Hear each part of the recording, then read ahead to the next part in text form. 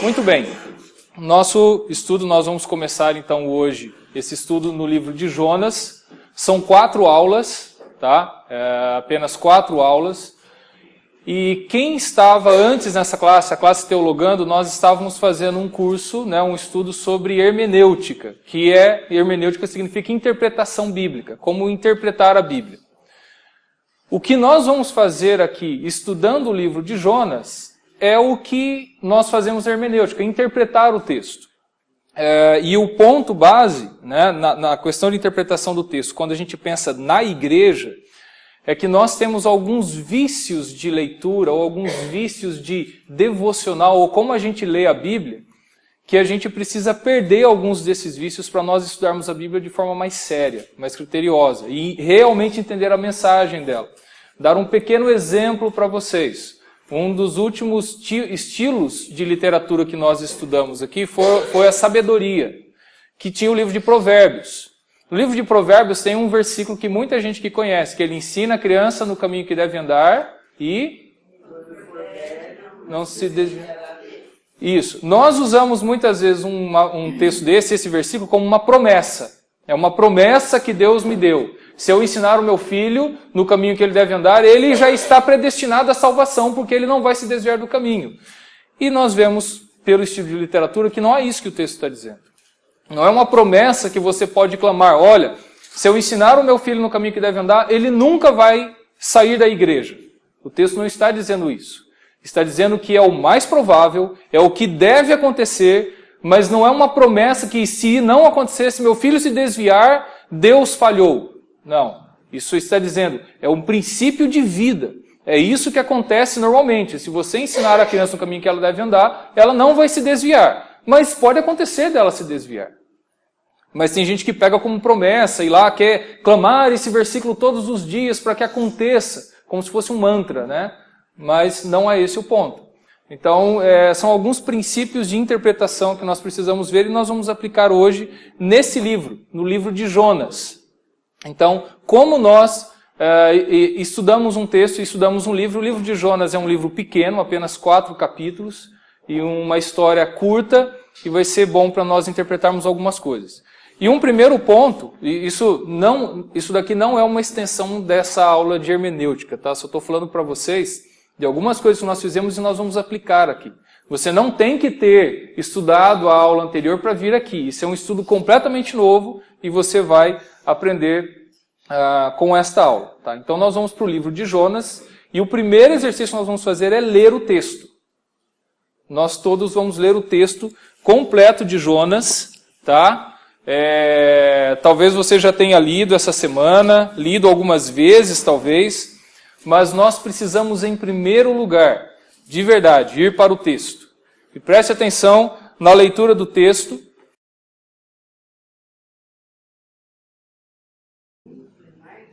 Amém. Essa é a palavra de Deus, é a palavra que o Senhor trouxe para nós, escreveu para nós. Essa mensagem, essa história foi escrita para nós hoje. E nós precisamos buscar entender o que ela nos diz hoje. E para entendermos o que ela nos diz hoje, nós precisamos entender o que ela dizia antes, para quem ela foi escrita. Então nós vamos ver hoje algumas coisas o que está por volta do livro, saber algumas informações que vão nos ajudar a interpretar melhor o texto. E aí nas 2 próximas aulas nós vamos ficar diretamente no texto, vendo algumas peculiaridades do texto, né? Então nós vamos ver, por exemplo, a questão do autor.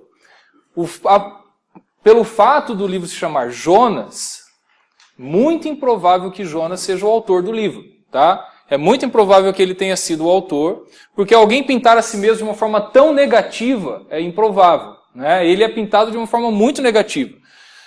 Poderíamos pensar um Jonas arrependido anos depois que resolvesse escrever a história para ensinar outras pessoas. É possível, mas o mais provável é que uma outra pessoa tenha escrito o livro, tá? Então não se sabe quem é o autor do livro de Jonas, não se tem ideia de quem tenha escrito, mas a maioria das pessoas concordam que não foi o próprio Jonas, e sim deve ter sido uma outra pessoa, porque principalmente o fato de que Jonas ele ele é colocado como um personagem muito negativo. Bem negativo. Do começo ao fim da história. Né? Não é nem aquela história de alguém que começa mal e termina bem. Né? Ele começa mal e termina mal. Então, seria difícil nós pensarmos que ele seria o autor deste livro. Tá certo? E eu vou colocar algumas datas e a gente prestar atenção aqui para entender algumas coisas, e até com relação às questões de... deixa eu até ver se é o próximo aqui que a gente vai ver. Não, o estilo do livro. Deixa eu ver alguma coisa. Tá, então nós vamos ver o seguinte. Deixa eu já colocar um assunto aqui. Existe uma grande questão, um debate, com relação à historicidade do livro de Jonas. Isso é uma história mesmo ou não? Isso aconteceu de verdade ou não? E é um grande número de teólogos que não creem que o livro de Jonas é histórico. Ou seja, que não aconteceu essa história realmente. Ou possa ter acontecido alguma coisa parecida, mas não essa história como ela está escrita. E que essa história foi uma história criada, inventada, para ensinar alguma coisa. Tá? Então, inclusive, tem um autor, eu trouxe um livro aqui, que é um livro que é uma coletânea de artigos teológicos, chama Palavra e Mensagem, para você ver uma série de artigos que vão falar sobre textos bíblicos. E ele trata aqui, esse autor, ele vai falar que o livro de Jonas, assim como o livro de Ruth, eles são romances, novelas.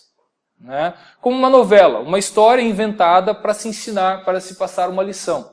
Então é apenas uma história, um romance, uma novela, que foi criada para passar a mensagem que está no livro. Outros vão argumentar não.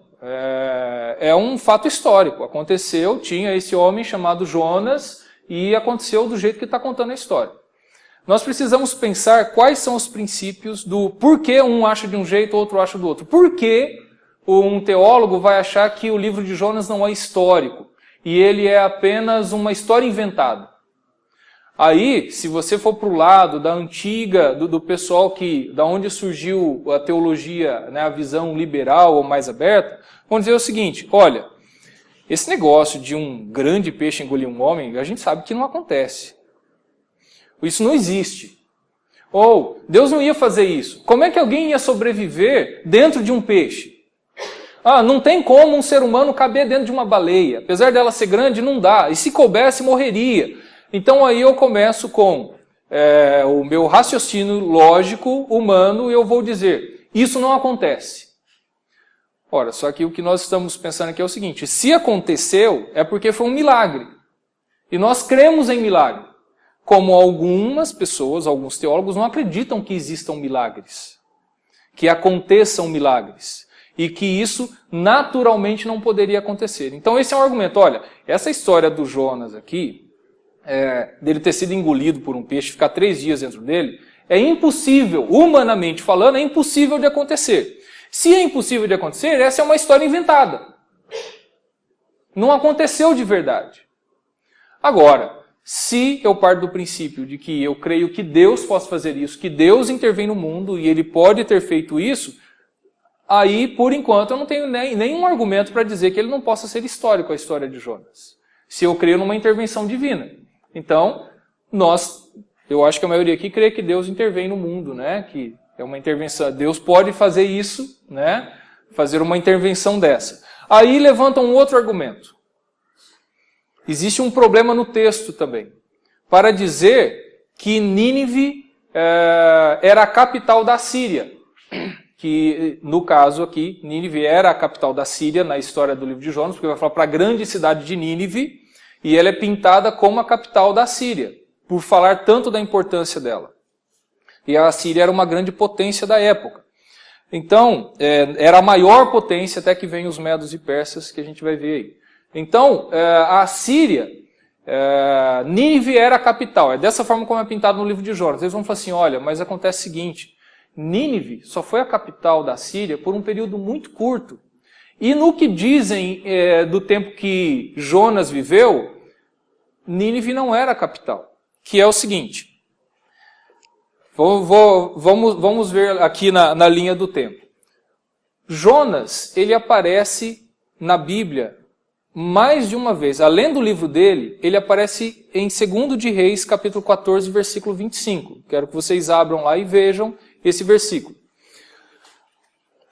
Esse é um ponto importante, porque o livro de Jonas está ligando, está dizendo que esse Jonas, esse profeta, é o profeta citado em 2 de Reis, capítulo 14, versículo 25. Tá? Alguém leia para mim, por favor, o texto, 2 de Reis 14, 25. Estabeleceu ele os limites de Israel, desde a entrada de Amate até o mar da planície, segundo a palavra do Senhor, Deus de Israel, a qual falara por intermédio de seu servo Jonas, filho de Amitai, o profeta, o qual era de Gate-Efraim. Isso. Então o que acontece? Veja que o livro de Jonas fala, vê a palavra do Senhor a Jonas, filho de Amitai. E aqui está falando que é o profeta Jonas, filho de Amitai. Não tem como a gente dizer que são duas pessoas distintas.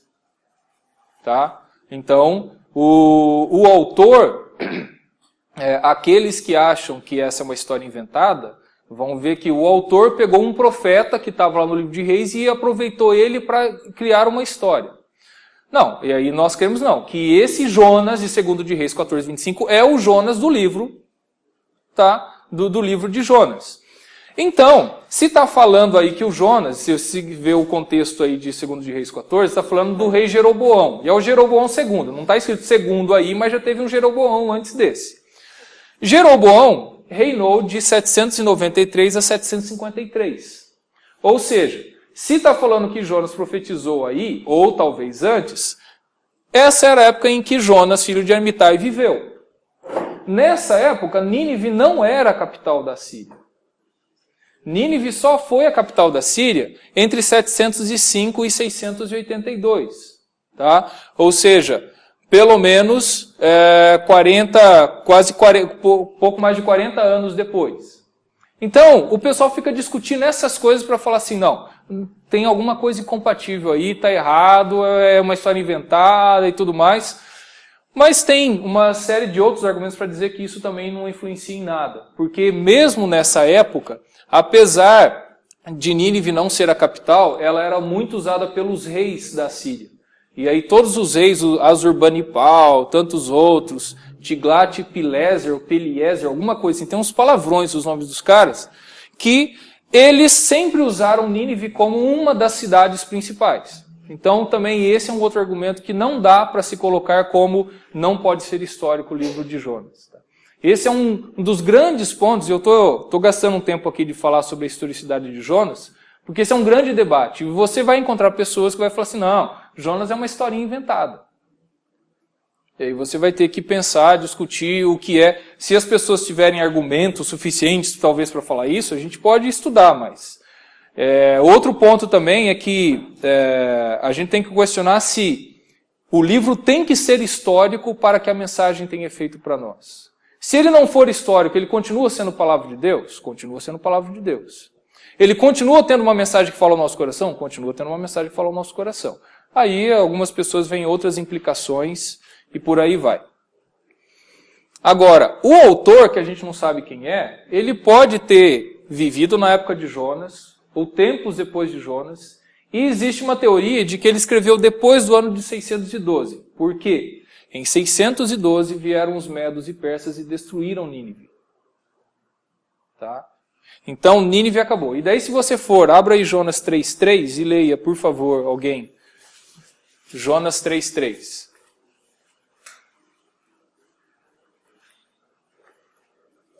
Levantou-se, pois, Jonas e foi a Nínive, segundo a palavra do Senhor. Ora, Nínive é uma cidade muito importante diante de Deus, e de 3 dias para percorrê-la. Isso. Nínive era uma cidade, não é uma cidade. Então, deduz-se que se ele está falando no passado é que Nínive não existe mais, foi destruída talvez. Outros vão dizer assim, não necessariamente. Só está falando que Nínive era importante, talvez não é mais importante para o Senhor. Então até isso é debatido.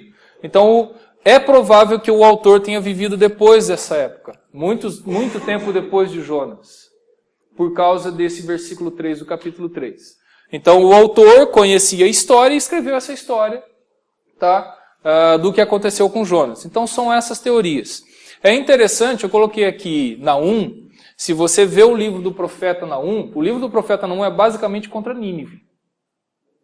E ele vai falar, é uma cidade sanguinária, vai falar de tanta porcaria que Nínive fazia. O livro inteiro é basicamente só sobre Nínive. É um livro curtinho, tá? Mas o profeta Naum vai falar de Nínive e o profeta Naum viveu nessa época e ele profetizou a destruição de Nínive. E logo depois, no período em que ele viveu, houve realmente a destruição de Nínive. Tá? E aí, você vê o seguinte, vai voltar. Nínive está aqui e Deus chamou Jonas e a gente vai ver que Nínive vai se converter, vai se arrepender e tudo mais e Deus não destrói. Então, por um tempo eles se converteram e se arrependeram e não foram destruídos. Isso não quer dizer que depois eles voltaram para os seus pecados e tudo mais. Então, você tem toda essa questão, tá certo? Gente, enquanto eu estou falando, se às vezes surge alguma questão, alguma dúvida, você pode levantar a mão, pode perguntar, a gente fica à vontade. Se não ficou bem explicado alguma coisa, vocês falam que a gente vai conversando, tá certo? Deu para entender essa parte dessas questões sobre Jonas ser histórico ou não, por essas questões por causa do tempo, dos períodos, deu para ter uma noção disso, né? Então vamos adiante. Estilo do livro, que é um pouco do que eu falei ali. É um livro profético? É uma história mesmo? Ou é uma novela? Né? Alguma história inventada? Ou é uma história, um fato? Agora, é um livro profético? E esse que é o ponto. O livro de Jonas, né? Não leia a projeção lá, presta atenção aqui. O livro de Jonas é um livro profético ou não? Sim ou não?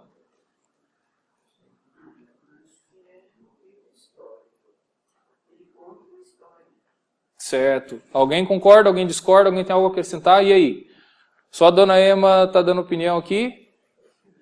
Qual a sua opinião? Vai, João Vitor, não tenha medo. Se você pensar que Deus mandou ele falar e ele foi lá e falou, pode considerar que ele foi um profeta e uma palavra de Deus. Então, assim, considerei ele um profeta. Tá. Concordo com isso. Ele vai profetizar, ele vai levar o que Deus quer. Alguém mais? Acrescentar? Vamos lá, participe. Qual é a sua opinião? Talvez eu seja um pouco injusto aqui na minha questão. O que é um livro profético? O que estamos falando sobre profético? Os proféticos tratam da história também, de qualquer forma. Os livros já considerados proféticos. Tá, nós temos já um outro ponto. O profeta faz previsão e também exorta. Exorta, isso. Agora, foi uma outra pessoa que contou a história desse profeta. Isso que eu vejo mais como livro histórico. Isso, ótimo. Não deixa de haver profecia. Sim, sim. Exatamente. A dona Ema está colocando pontos importantes aqui. Vocês acrescentam algo mais? Concordam? Discordam? Dona Ema, a senhora está por fora, está tudo errado, Dona Ema. Ou, né? Ou você vai falar assim, não, eu concordo, Dona Ema, ponta firme.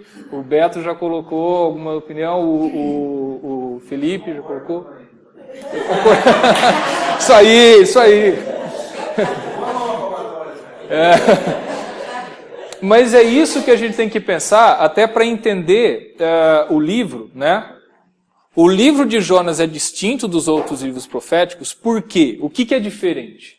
Ele é distinto dos outros livros proféticos porque o livro não é basicamente sobre uma coletânea de oráculos, de profecias, e sim a história de um homem, que nessa história ele é um profeta. Mas é a história de um homem. E na verdade, né, porque o livro é uma biografia, não é um livro profético em si. O tema central é sobre o profeta e não sobre sua mensagem. Tá? O livro fala sobre Jonas e não sobre o que o Jonas falou. Na verdade, a mensagem do livro não é a profecia que ele deu em Nínive. A mensagem do livro é a atitude do profeta diante de tudo que Deus faz com ele. De Deus o chamar, de Deus o levar para o abismo, de Deus o chamar de novo, de Deus perdoar Nínive. Essa que é a mensagem do livro. Então, a história do livro, a mensagem do livro de Jonas, não está na profecia dele. A mensagem do livro de Jonas está na vida dele, na história dele, nas atitudes dele, na relação dele com Deus. Então, o livro de Jonas, ele está entre os livros proféticos, muito mais por ele ser chamado um profeta. Nota, no livro ele nunca é chamado de profeta, tá? Não se cita Jonas como profeta no livro de Jonas. Ele é chamado de profeta em 2 de Reis 14, 25. Mas ele não é chamado de profeta no livro. Mas ele é pintado como um profeta. No começo do livro, a palavra do Senhor veio a Jonas, isso é típico de quando vai se designar um profeta. Tá? Não precisa chamar ele de profeta para ele ser um profeta. Então, o Jonas, o livro de Jonas, conta a história desse homem. Ele não vai contar a profecia de Deus para Nínive. Ele não vai contar a mensagem que Deus mandou para Nínive. É claro que vai contar isso daí, mas esse não é o ponto central. O ponto central é a atitude de Jonas. Quando você começa a ler o livro como um todo e prestar atenção, qual o conteúdo? Qual é a mensagem desse livro? Que inclusive é um livro muito, muito distinto. Você vê que o livro não tem conclusão. Ele termina com uma pergunta. Não existe outro livro assim. Ele termina com uma pergunta. E ele não termina com a resposta de Jonas para Deus. Ele termina com a pergunta. Então, esse livro ele tem uma mensagem muito específica por causa de tudo isso. Então veja que, se eu fosse chamar Jonas é um livro profético, eu posso chamar de profético porque fala de um profeta e tem profecia nele. Assim como o Jefferson colocou um ponto interessante e importante. Por exemplo, o livro de Isaías e de Jeremias não tem só profecia, tem história. O livro de Isaías, inclusive, ele repete a história da invasão da Assíria, inclusive dos assírios, quando eles tomaram Judá e estavam para tomar Jerusalém. E o Senhor livrou o povo, né? Com um milagre também.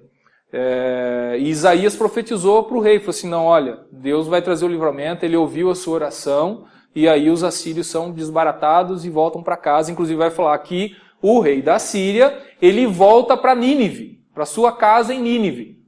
Tá? Isso está lá em Reis, isso está lá em Isaías. A mesma história, com pequenas diferenças, e outras histórias são contadas em Isaías. Muito mais em Jeremias. Jeremias tem um pouco de Jonas em Jeremias. Porque tem muita coisa da vida de Jeremias, da biografia, da vida dele, que acontece nas profecias. Que ele foi perseguido, ele foi preso, ele foi maltratado, que o rei mandou queimar tudo que ele tinha profetizado, tudo que ele tinha escrito. E Jeremias, você vai ver muito da vida dele no livro dele. É um livro profético, porque a maior parte do livro é só profecia. Mas tem muita biografia ali. Inclusive existem estudos sobre a vida de Jeremias, sobre como é que chama? O emocional de Jeremias, a influência das emoções de Jeremias nas suas profecias. Existem vários estudos nesse sentido. Estrutura do livro. Estrutura do livro, a gente só vai passar algo bem superficial, depois a gente vai ver algo bem mais detalhado em outra aula. Isso daqui é o que está na Bíblia de Estudo Almeida, tá? Essa divisão aqui. Na introdução, na Bíblia de Estudo Almeida, eles dão um esboço do livro, e eles apresentam essa estrutura aqui. Jonas foge do Senhor, capítulo 1, versículos de 1 a 17. A oração de Jonas, que é o capítulo 2. Nínive se arrepende, o 3. E o descontentamento de Jonas e a misericórdia de Deus, do 4, de 1 a 11. Né? Tem uma outra estrutura aqui, tá? Só propondo para a gente ver alguns paralelos aqui, só que tem muito mais detalhes, e nós vamos ver depois. O Davis lá fez para a gente ele estudou o livro e ele fez um material muito legal. Vou pedir para o Davis apresentar aqui para a gente, não vai ser hoje, mas ele vai apresentar sobre a estrutura, e é isso que vocês precisam perceber quando lerem um livro. No capítulo 1, Deus chama Jonas, Jonas desobedece, pagãos se arrependem. Capítulo 2, eu coloquei que Jonas vai para a morte porque ele vai para o abismo. Ele vai para as profundezas das águas. E, para o povo daquela época, O fundo do mar era onde havia morte, era o abismo. O Sheol, né, que tem em alguns textos também, é o lugar dos mortos, o fundo do mar, o abismo. Tá? Deus chama Jonas, Jonas obedece e pagãos se arrependem de novo. E no fim Jonas vai para a morte, e Deus o ressuscita da morte, assim como Jesus usou o sinal de Jonas. 3 dias vou ficar debaixo da terra, né, vou ficar no abismo, e depois eu vou ressuscitar. O mesmo sinal de Jonas. 3 dias ele ficou, Jesus usou o sinal de Jonas de voltar à vida, porque ele tinha ido para a morte, ele tinha ido para o abismo. E Jonas, apesar de Deus ter perdoado dele e ter feito tudo isso, no fim ele ainda pede a morte. Né? Pois não, mas... Ela cita isso, né? Sim. Qual que é a tradução exatamente da palavra Sheol? Já que você colocou no assunto, eu não Tá. ia perguntar. Você falou, não é inferno, é abismo. Não, as nossas Bíblias traduzem por abismo, só que você tem inconsistência nas traduções. Tem alguns textos, alguns versículos que vão traduzir por inferno. Mas não existe o conceito de inferno, como no Novo Testamento, é um lugar de tormento em que as pessoas são atormentadas. Isso não existe no Antigo Testamento. Existe a morada dos mortos, que é o Sheol, é o abismo. Né? E aí você tem muito pouco, o Antigo Testamento não é claro com relação a isso.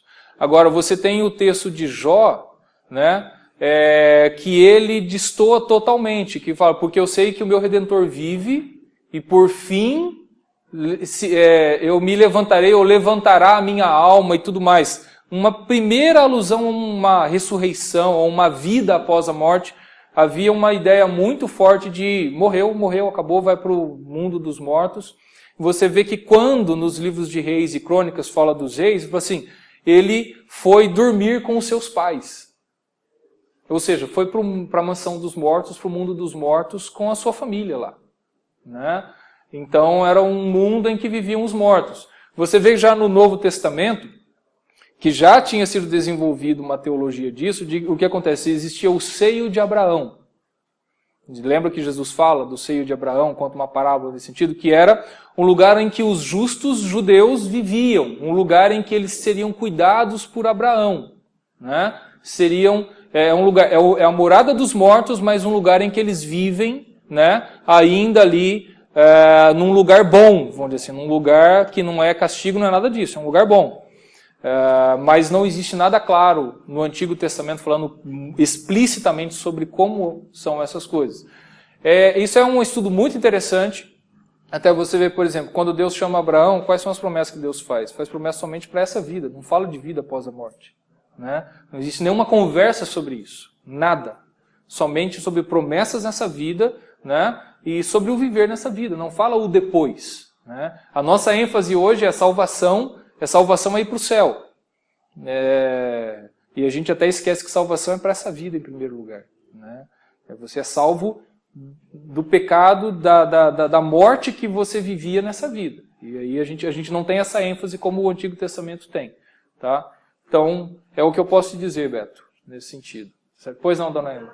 Não tinha muito claro assim, a ideia de vida eterna, céu, inferno. Não. No Antigo Testamento isso não tem nada claro. Porque cita assim, o Salvador, que irá... Fala do Messias, mas as coisas não são claras. A gente não vê nada no Antigo Testamento falando claramente disso. Tem esse texto de Jó que ele é assim, destoante até do resto, porque ele dá uma ideia de vida após a morte, de uma ressurreição, uma salvação após a morte. Né? Então, esse texto de Jó, ele é... E há outros, por exemplo, alguns salmos dão alguma ideia, mas não tem nada claro sobre isso também. Eu acho que existia expectativa. Né? Exatamente. O Israel tinha essa expectativa de ida para o seio de Abraão. Isso. Né? Um lugar de paz, um lugar... Né? Onde Jeová estava lá. Isso.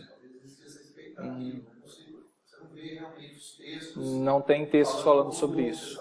Exatamente. E você vai ver, por exemplo, a gente tem lá em Gênesis o que o pessoal chama de proto-evangelho, né, sobre a redenção do pecado lá para Adão e Eva. Né? Então, sobre a serpente vai morder o calcanhar, mas ele vai acabar com o poder da serpente, ele vai pisar na cabeça. Então está falando já de uma redenção ali, mas não está muito claro, né? Então, o que a gente vê nos livros, nos textos do Antigo Testamento, é que não existe nada claro sobre uma vida após a morte, né? Eles poderiam crer em vida após a morte, mas não claro como é isso. E se existe você tem salmos que vão falar, não me deixe a minha alma no Sheol, e nesses textos vai falar assim, junto com os pecadores. Entendeu? Mas você vai ver, por exemplo, Salmo 1 vai comparar o ímpio e o justo. Ele vai comparar na vida, tudo que ele faz é bom, o justo, tudo que ele faz dá certo, o ímpio não, ele vai sempre se dar mal, ele vai morrer logo e tudo. Mas não fala, o justo vai para o céu, vai para a morada eterna, vai para a salvação, qualquer coisa nesse sentido, o ímpio vai sofrer punição eterna. Não tem nada explícito nesse sentido. Tá? Geografia, é importante nós entendermos aqui, tá? Nossa, está muito ruim a resolução aqui. Deixa eu ver se eu consigo melhorar. Como é que eu melhoro isso? Dando um zoom aqui. O seguinte, perdoem por estar em inglês, tá? Só traduzir algumas coisinhas. Mas o que acontece? Se o Jonas, de 2 de Reis 14, 25, diz o texto, ele é de Gat-Hefer, né? Então aqui Gat-Hefer, Jerusalém está aqui, Jope é uma cidade portuária ali perto de Jerusalém, relativamente perto de Jerusalém, e Deus chama Jonas aqui, vamos supor que Jonas esteja em Gat-Hefer, que era onde ele morava. Deus fala para ele, vá para a cidade de Nínive, lá na Síria, vá até lá e profetiza, e proclama contra eles. O Jonas, ao invés de pegar esse caminho, ele pegou para cá, para Jope, e pegou um barco, tá? E aí que está a situação, né? Ele foi, olha onde fica Tarsis, tá? Lá na Espanha. Um pouquinho longe, né? Ele quis ir, ele não foi. Eu acho que pelos gestos de Jesus, eu entendo que ele já está passando a mensagem, né? Nínive é para cá. Então eu vou para lá. É exatamente. Tarsis era visto como o extremo, o extremo do Ocidente, o extremo Oeste. É o fim do mundo. Trocando em miúdos, é o fim do mundo. Tá? Era o que havia de mais distante no lado Oeste. Então vejam que a história ela já mostra isso assim, olha, Jonas, ele queria sumir do mapa. Ele quis ir para o lugar mais distante possível de Nínive. Como Nínive, os assírios eram a maior potência da época, e Nínive é ali a capital, e Nínive está ao oriente ali de Jerusalém, ao oriente de Israel, Deus está mandando, vai para lá, vai para a capital, vai para o centrão, vai para o lugar mais importante. Jonas falou assim, não, eu vou para o lugar menos importante, vou para o lugar mais distante possível. Né? Então é isso o que Jonas faz, tá certo? Então é importante você ter essa visão, tá, dessa geografia, do que está acontecendo aqui, para você ter uma noção do que Jonas estava fazendo, qual era a intenção dele, ele era muito claro, tá? Então Jope era onde ele pegou o navio, a grande cidade de Nínive, veja que ela é sempre chamada de a grande cidade. Então, percebam essa geografia para entender o que está acontecendo, qual é a atitude, tá? Qual está sendo a atitude de Jonas aqui, tá certo? Alguém tem horas, por favor, para eu saber... Oba, que legal, né? Não tem tempo para nada. Então, você precisa entender isso. Agora, esse é um ponto que a gente vai estudar mais no livro, tá bom? Mas você começa a pensar, quem é Jonas? Isso aqui nós estamos falando de historicidade, tá? A gente já sabe que o Jonas é o filho de Amitai, lá de 2 de Reis 14, 25. Mas quem é esse cara que toma uma atitude dessa? E, gente, por favor, né? Não vá falar, Jonas, ele é como a gente diz no seminário, um pica-fumo, né? Aquele que quer fazer tudo quer sair, né, da responsabilidade, quer fugir da responsabilidade. Não condene tanto Jonas, porque você pode se achar nele. Tá? Então, seja bonzinho com Jonas. Tá? Seja bonzinho com os personagens bíblicos, porque eles só refletem quem nós somos. Né? Então, mas Jonas era um profeta. Tinha um professor meu, ele dizia, ele gosta muito do profeta Jonas, eu tive que estudar Jonas muito. Agora vocês sabem por que eu quis escolher o professor. Né? Então, mas ele dizia o seguinte, Jonas não é um profeta, porque ele não é chamado de profeta no livro. Né? O autor não chama ele de profeta, ele não é um profeta de verdade. Eu não concordo com essa interpretação. O começo do texto, quando fala, veio a palavra do Senhor a Jonas, filho de Amitai, você vai ver outros livros proféticos que vão falar a mesma coisa, veio a palavra do Senhor a Amós e tudo mais. E não vai chamá-lo de profeta. Em outro momento o chama, mas não, às vezes, na introdução e tudo mais. Pois não, gente. O profeta, quando ele dava uma profecia e ela não se cumpria, ele era considerado não profeta, inclusive era morto. Sim. Então Jonas foi, profetizou, falou, vocês vão morrer todo mundo, e ninguém morreu. A A profecia que ele deu, na verdade, não se cumpriu. Mas a gente não pode aplicar isso aqui pelo seguinte, porque também essa é a mensagem do texto, porque o texto diz que Deus se arrependeu do mal que ia fazer. Se arrependeu de destruir Nínive. Então Deus ia destruir Nínive.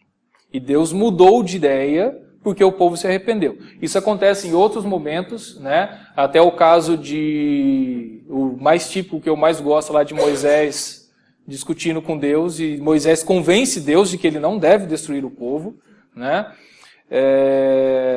E Deus se arrepende. Vamos supor, muda de ideia em destruir o povo. O fato de Nínive não ser destruída é parte da mensagem realmente no seguinte sentido. Eu vou destruir vocês, porque vocês são assim, assim, assim, assim, assim.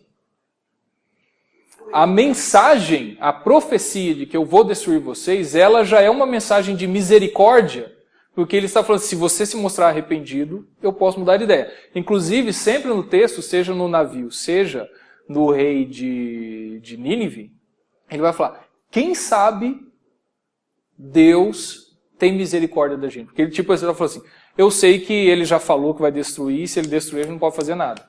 Mas quem sabe a gente fazendo um jejum, a gente se arrependendo, quem sabe ele muda de ideia. E aí Deus muda de ideia. Né? Não foi uma ênfase evangelística que Deus colocou na mente de Jonas? Para dizer, olha, se vocês não se arrependerem, Deus vai destruir vocês. Então, tem muito no texto aí, que a gente vai ver durante ele, a forma como Jonas fala, a forma como o povo responde, tá? Tem coisas no texto que está explicando toda essa crise aí de Jonas, do porquê ele está lutando tanto para profetizar, porquê ele profetiza do jeito que ele profetiza, qual é a reação do povo, qual é a reação de Deus diante de tudo isso. Mas no caso de Jonas, a gente não poderia aplicar isso e da profecia não se cumprir, tá? Deus iria destruir, porque Deus mandou ele ir falar.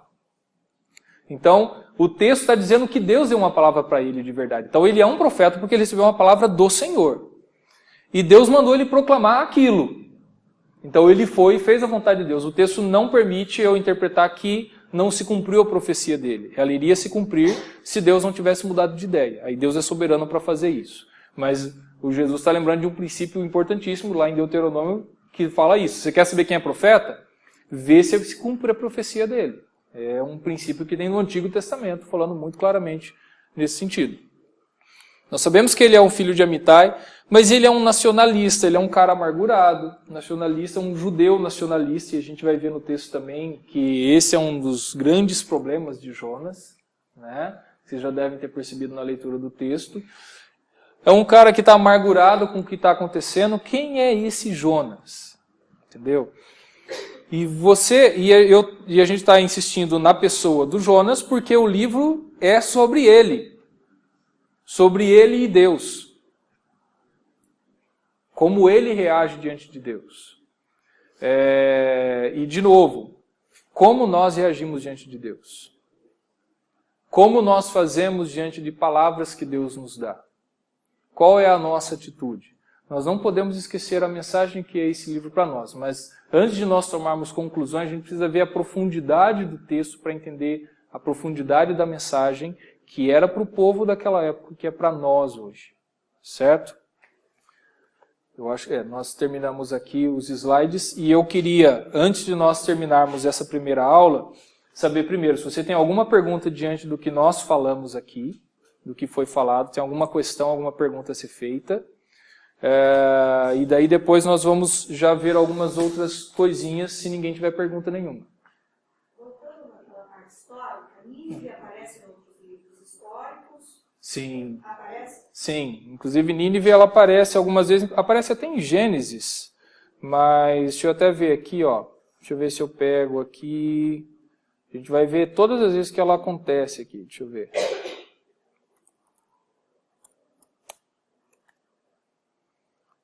Vai para Nínive. Eu vou pegar a palavra hebraica para Nínive, ou seja, a gente vai ver não no que está traduzido em... Aqui no caso é um nome próprio, não tem problema. Mas olha só, Nínive aparece 17 vezes na Bíblia. Você tem em Gênesis 10, 11, Gênesis 10, 11 e 12. O rei Senaqueribe, que foi o que tentou destruir Jerusalém, vai estar aqui.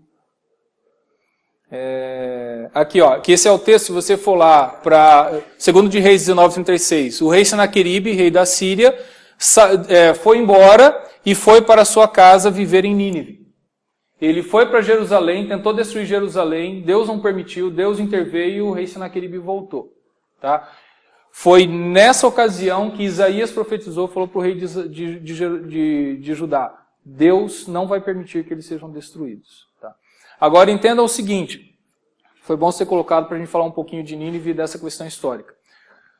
Deixa eu ver se eu não vou achar aqui um mapa rápido de Israel, né? Eu não vou achar aqui, mas acontece o seguinte. Você lembra que Israel se tornou 2 reinos divididos? Antes era o reino de Israel, o povo de Israel.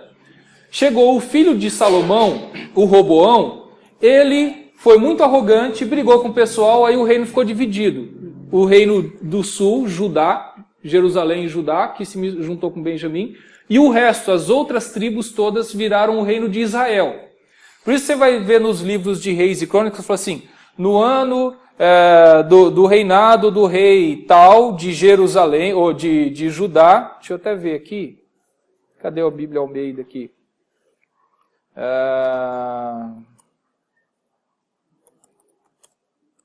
O 14, deixa eu ver.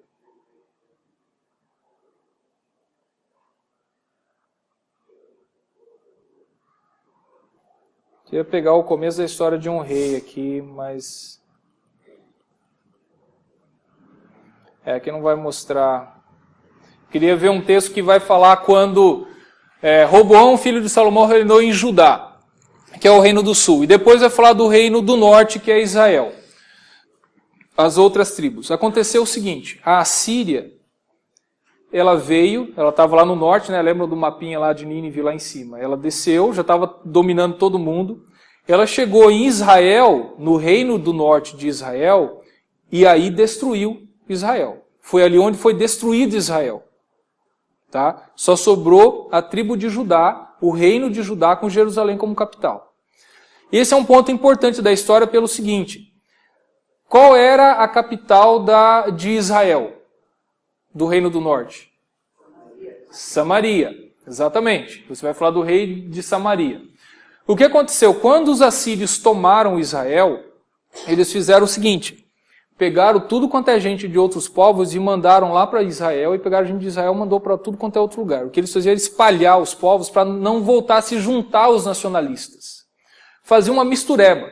E mandou os povos lá tudo se misturar, se juntar lá. Aconteceu o seguinte, isso houve uma mistura, inclusive tem um texto que vai falar, olha, os povos que chegaram viam leões e matavam esse povo todo. Aí eles falaram assim, olha, a gente não está sabendo como servir o Deus dessa terra aqui. Como é que faz? Daí chamaram um sacerdote israelita para servir Yahvé, para que os leões não viessem. Aí tem uma série de coisas.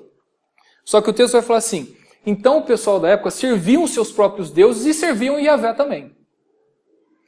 Isso houve uma miscigenação, uma bagunça, uma mistura de povos, israelitas casando com não israelita, misturando tudo mais e tal. Acabou a identidade do povo, Samaria continuou sendo a capital, e é por isso que no Novo Testamento nós temos os samaritanos, que são os arqui-inimigos dos judeus. Por quê? Pior do que um não-judeu é um judeu misturado, é um samaritano. E a história começa aí, com a invasão da Assíria. Então a Assíria ela é pintada, e se você ver o profeta Naum, vai ver que ele pinta os assírios de uma forma muito negativa, porque os ninivitas, os assírios, eles eram vistos como um povo muito cruel. Eles faziam pirâmides de crânio das pessoas que eles matavam. Eles, que era uma coisa, tá engraçado, né? O problema não era matar, o problema é o que você faz com o corpo de quem você matou, né? Desonrar o corpo de alguém. Mas os assírios não estavam nem aí. Vinham, queimavam, matavam, estupravam, faziam de tudo. Eles eram totalmente sem nenhum princípio. E eles eram muito odiados por causa disso, e por tudo que eles fizeram em Israel, com os povos. Então tem todo esse contexto, e você vai ver aí as razões de Jonas não querer ir para Nínive nisso, de quem eram os ninivitas, tá? Então é importante você entender toda essa história aí, ter essa noção de que o povo do norte foi dominado, acabou a nação como reino de Israel realmente, tá? E a Síria está querendo chegar aqui para tomar Jerusalém também, tomar Judá. Só que no fim Deus não permite e eles voltam, tá? Eles são desbaratados e o reino do sul é preservado. O que vai acontecer posteriormente? Quem é que vai acabar com Jerusalém? Jerusalém é destruída depois, no ano 580 e alguma coisa. Quem foi que veio e destruiu Jerusalém depois? Não, gente. Quem estudou Apocalipse? Nós falamos do reino da Babilônia, exatamente. Que a Babilônia, os medos e persas, ou seja, a Babilônia se torna a grande potência, destrói a Assíria, destrói Nínive e vem tomando tudo. E aí eles que vêm e destroem Jerusalém, destroem o templo, acabam com tudo. E é por isso que você vai ver na carta de Pedro, né? Aqueles que estão na Babilônia te saúdam. Ele está se referindo a Roma, que ele está em Roma. Mas Roma é tão podre e tão inimiga nossa quanto era a Babilônia, porque a Babilônia destruiu o nosso templo, né? Então você tem todo esse contexto. É importante você entender, ter na sua cabeça essa ideia da história do que está acontecendo e situar Jonas. Jonas está ali naquela situação em que Nínive é a capital do grande império assírio. A Síria é esse reino cruel que destrói todos os povos, que não tem perdão para ninguém, que acabou com o reino do norte, destruiu todo mundo, fez uma miscigenação, uma bagunça lá, e eles queriam vir e destruir a gente. Então é esse lugar para onde Deus mandou Jonas ir, tá? Então é importante ter essa noção do que está acontecendo, e nós vamos estudar, a partir da próxima aula, nós vamos para o texto, tá? Nós vamos começar do capítulo 1 e ver o texto, não só ler o texto, mas ver as peculiaridades do texto, para que nós possamos interpretar ele bem. A gente deve fazer então capítulos 1 e 2 na próxima aula, capítulos 3 e 4 na terceira aula, na quarta aula nós vamos fechar o estudo, tendo essa visão geral e qual é a mensagem do livro de Jonas, certo? Vamos encerrar então, que nosso tempo acabou. Se hoje Deus mandasse alguém da Coreia do Norte, Muito bem colocado, exatamente. o país que mais maltrata os cristãos, Exatamente. Vai lá, né? A hora que você abrir a boca, você pode ser morto na hora e prega, né? Que muitas vezes eu queria que os Estados Unidos e o Japão e Coreia do Sul fizessem uma guerra lá e matasse todo mundo, né? Às vezes eu posso ter esse coraçãozinho tão amoroso, né? Para querer fazer isso. Vamos nos colocar em pé, nós vamos orar.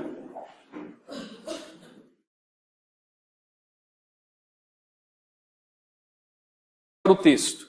E preste atenção na leitura do texto.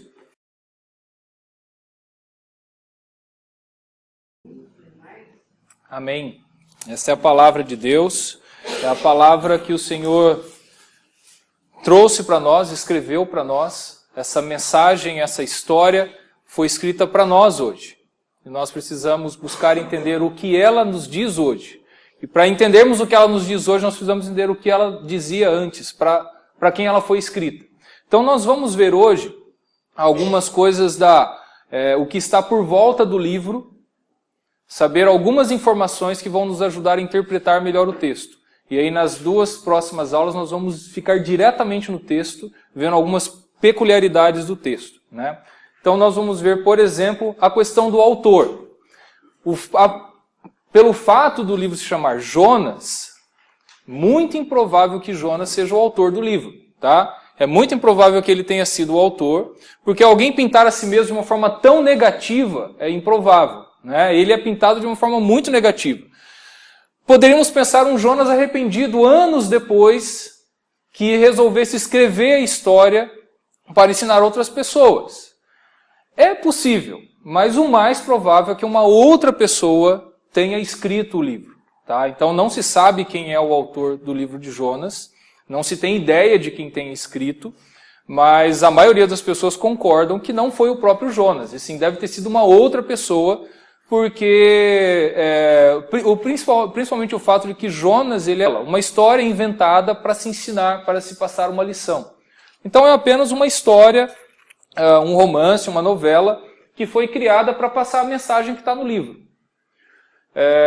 Outros vão argumentar não. É um fato histórico. Aconteceu, tinha esse homem chamado Jonas e aconteceu do jeito que está contando a história. Nós precisamos pensar quais são os princípios do porquê um acha de um jeito, outro acha do outro. Por que um teólogo vai achar que o livro de Jonas não é histórico e ele é apenas uma história inventada? Aí, se você for para o lado da antiga, do pessoal da onde surgiu a teologia, né, a visão liberal ou mais aberta, vão dizer o seguinte: olha, esse negócio de um grande peixe engolir um homem, a gente sabe que não acontece. Isso não existe. Ou, Deus não ia fazer isso. Como é que alguém ia sobreviver dentro de um peixe?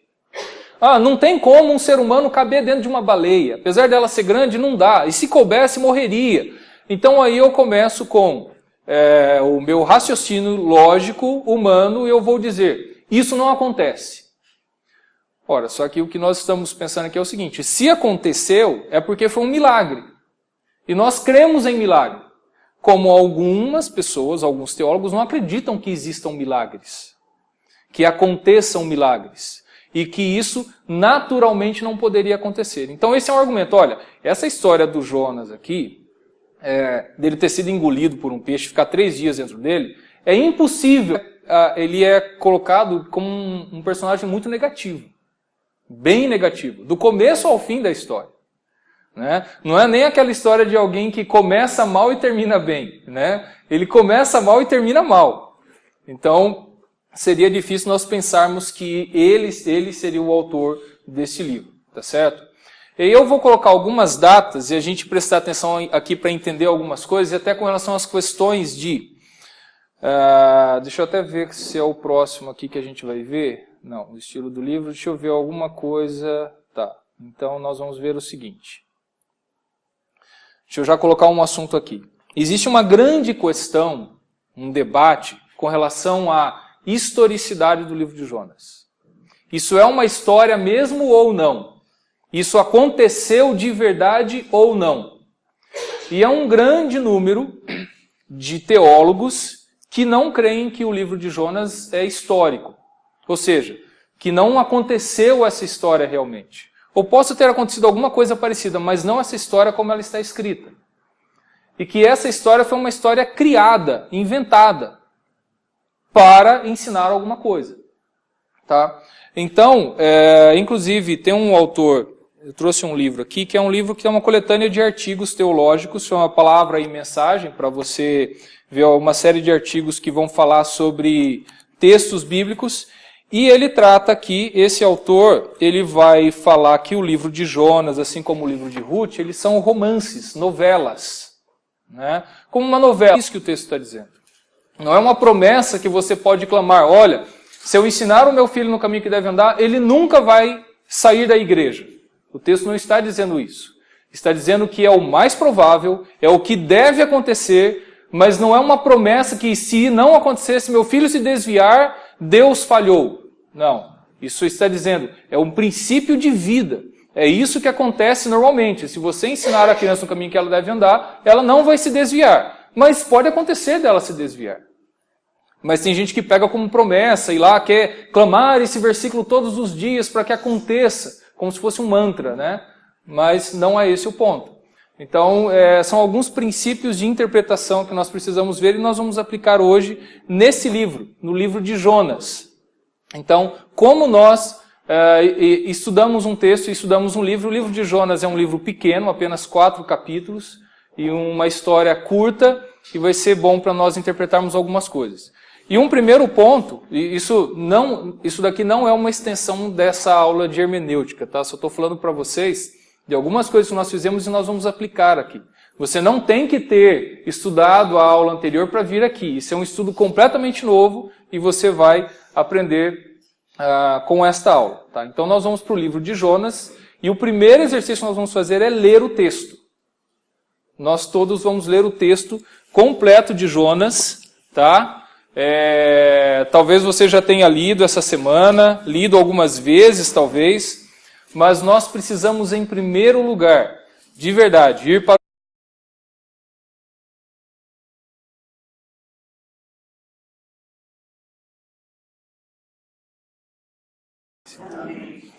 Muito bem. Nosso estudo, nós vamos começar então hoje, esse estudo no livro de Jonas. São 4 aulas, tá? Apenas 4 aulas. E quem estava antes nessa classe, a classe Teologando, nós estávamos fazendo um curso, né, um estudo sobre hermenêutica, que hermenêutica significa interpretação bíblica, como interpretar a Bíblia. O que nós vamos fazer aqui, estudando o livro de Jonas, é o que nós fazemos na hermenêutica, interpretar o texto. E o ponto base, né, na questão de interpretação do texto, quando a gente pensa na igreja, é que nós temos alguns vícios de leitura, ou alguns vícios de devocional, ou como a gente lê a Bíblia, que a gente precisa perder alguns desses vícios para nós estudarmos a Bíblia de forma mais séria, mais criteriosa, e realmente entender a mensagem dela. Dar um pequeno exemplo para vocês. Um dos últimos estilos de literatura que nós estudamos aqui foi a sabedoria, que tinha o livro de Provérbios. No livro de Provérbios tem um versículo que muita gente que conhece, que ele ensina a criança no caminho que deve andar e não se desviar. Isso. Nós usamos muitas vezes um texto esse versículo, como uma promessa. É uma promessa que Deus me deu. Se eu ensinar o meu filho no caminho que ele deve andar, ele já está predestinado à salvação, porque ele não vai se desviar do caminho. E nós vemos, pelo estilo de literatura, que não há